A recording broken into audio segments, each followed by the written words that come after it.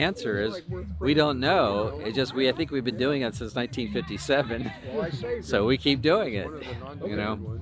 But Sharon and I have been hosting this event for the last 17 years, and before that was Peggy and Tommy Dean, and I don't know how long they did it, but when guys first start coming to our thing and they go, "Where's the keg?" I said, "Oh, we're supposed to have a keg?" He said, "Well, that's the way it's always been. We've always had a keg, you know, chili in a keg." And I said, "Well, nobody told us that." But so it's a being your own beer here, and we have lots of food and appetizers, and we have a big bonfire and music, and we end the night with open dance floor, and you know, so it's evolved. It has evolved, you know, but we do it because we've always done it. I think the reason the Chili Cookoff came to be was they used to have a Chili Cookoff down at the rodeo.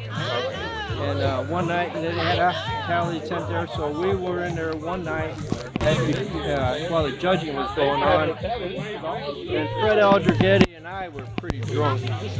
And so we were kind of trying to make our way across the dance floor. And then anyway, somebody's mother fell down on the dance floor, and Fred was picking her up. And then her son got ignorant and everything. And ignorant or belligerent? Belligerent both, but Fred said, famous Fred goes, "Well, that's your mama." They finally had to, the sheriff's department came in, shut the thing down, arrested a bunch of people, and did you guys get arrested? I missed that. No, we didn't get arrested. Rick Fiddler found a hole in the back of the tent. Oh, I remember hearing about that. He ushered us all out through the hole in the back of the tent, and we got out. Oh, so this club was wild back then. So I think it was like a year. Yeah, we've been kicked out of a few places. A year or two after that was Tom got the bright idea of having a Chili Cookoff in January.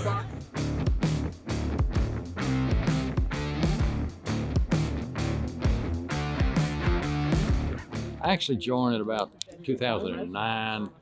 I had picked up a used 2005 base model Corvette with a Z51 package, and I wanted to join a club to find people that understood the car, what the problems were, fixing it, all of that kind of stuff. And so I interviewed probably 3 clubs, and I liked the San Jacinto Corvette Club because they had more activities. You could get on the road, or you could do some social events, or you could track a car. So that appealed to me. And they had some good people in there that answered technical questions that I didn't know how to answer, and saved me a few bucks, frankly, too. Then what do you do for a living?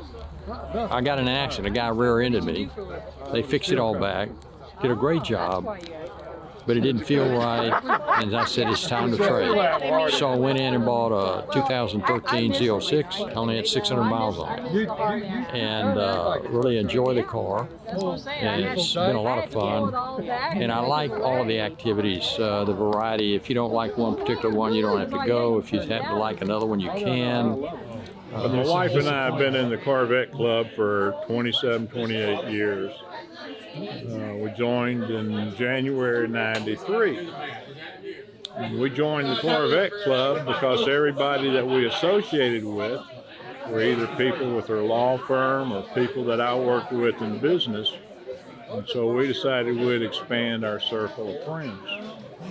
We've expanded our family because it is just like a family. You couldn't ask for a better group of people, or a group that's more fun. You got better balance. San Jac, I guess everybody's told you, is the 3rd oldest Corvette club in the United States and the oldest in Texas. We've got a well-balanced group with the racers, the waxers, and everybody loves to cruise and eat. 31 years. Oh, wow. Oh, so you're over 30. Okay. This is 30 for me. 41 years? 40. 31. 31.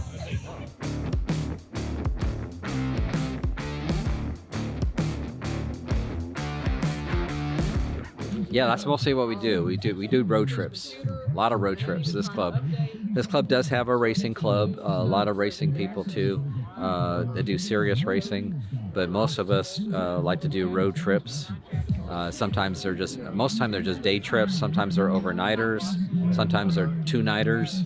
And we like to go places, do things, and we enjoy each other and the fellowship and everything. You know, we have some traditional runs. This year, I think our first run has been superseded by the sausage run or something like that. You know, and it's a brand new run. We've never done that one before, so we'll find out. I think it's this coming weekend.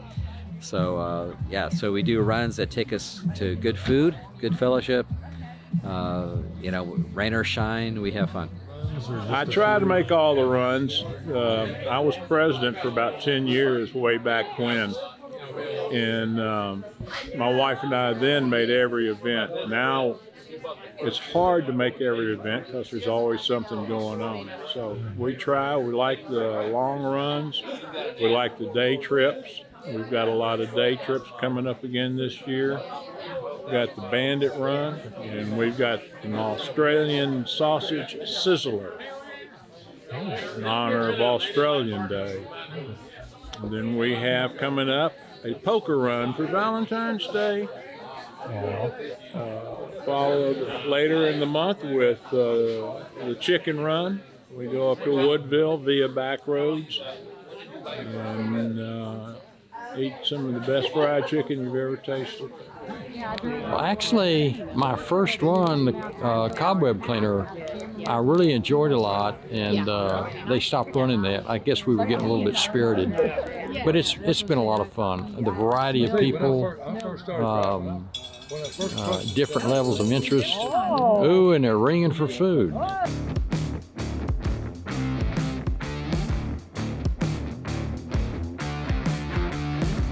10 years old. That's when I got the bug, but it took me 20 years. So I didn't get my first Corvette till I was 30. And what was your first? My first Corvette was a 66 that I got to rebuild because I bought it for like $6,000 and I spent 2 or 3 years rebuilding it. And that's the Corvette that I brought from Louisiana to Texas. And it was the first Corvette that I had in this club. And then my wife's Corvette, her first Corvette was a 88. And we are now on Corvettes 5 and 6. That answers my next question. Yeah, so I'm driving a Z06 C6, and she's driving a Grand Sport C6. My first Corvette was a 68 Roadster. About you? Oh, 90 coupe.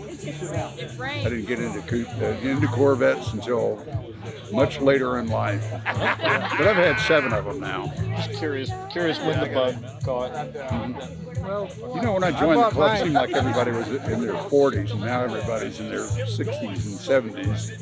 well, I bought my shouldn't say 68. I bought within a year of getting out of the Marine Corps. And that was in '72. Had to keep the thrill going. Oh yeah. After that, I bought a 350 horse, and then after that, bought my LT1, which I still have. We had a 65 called the Black Demon of Doom. It was black coupe, 327, 350 horse. It was a high option. It had power steering, power brakes, factory air, AM, FM with power antennas, knockoff wheels, and side exhaust. The worst mistake I ever made in my life was selling that car. I was mad one day because a road trip that we've hosted for 25 years was coming up, and it was going to rain. I don't know if you've ever been to San Antonio in the rain, but the only thing that stops Missouri from being the worst drivers in the world is San Antonio, Texas. And they'll pull in front of that old car and stop with their ABS brakes. And those cars didn't have ABS, and they would just slide. So I was moaning about that, and the guy said, "What do you want for it?" And I threw out a price which I thought was astronomical, but it wasn't enough. So he bought it. And 2 days later, I was so sorry that I just could never replace it. Sometimes they get names, but my car is usually just called the Z or the Z06, and hers the Grand Sport.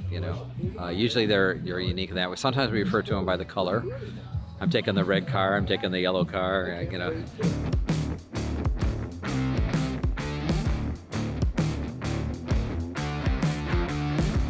Everybody knows that. Every Corvette is supposed to be red. All Corvettes are red. Oh. Anything else is just a mistake. I'm particular. In fact, Sharon's on our third red Corvette. Really, I'm actually my first Corvette. I painted it red. It was actually maroon to start with, and I painted it red. And then I went on to silver and yellow. Yellow. Yeah. I will never understand yellow. Yellow and black. Okay. Yeah, yellow by itself is not quite enough. Yellow and black together. Yeah. Well, I'm prejudiced. Night race blue, of course. I've got to admit, though, Mike Spaziani has a light blue. Well, not light, but that's second from the end. I really like that color. I never thought I would, but I like that color.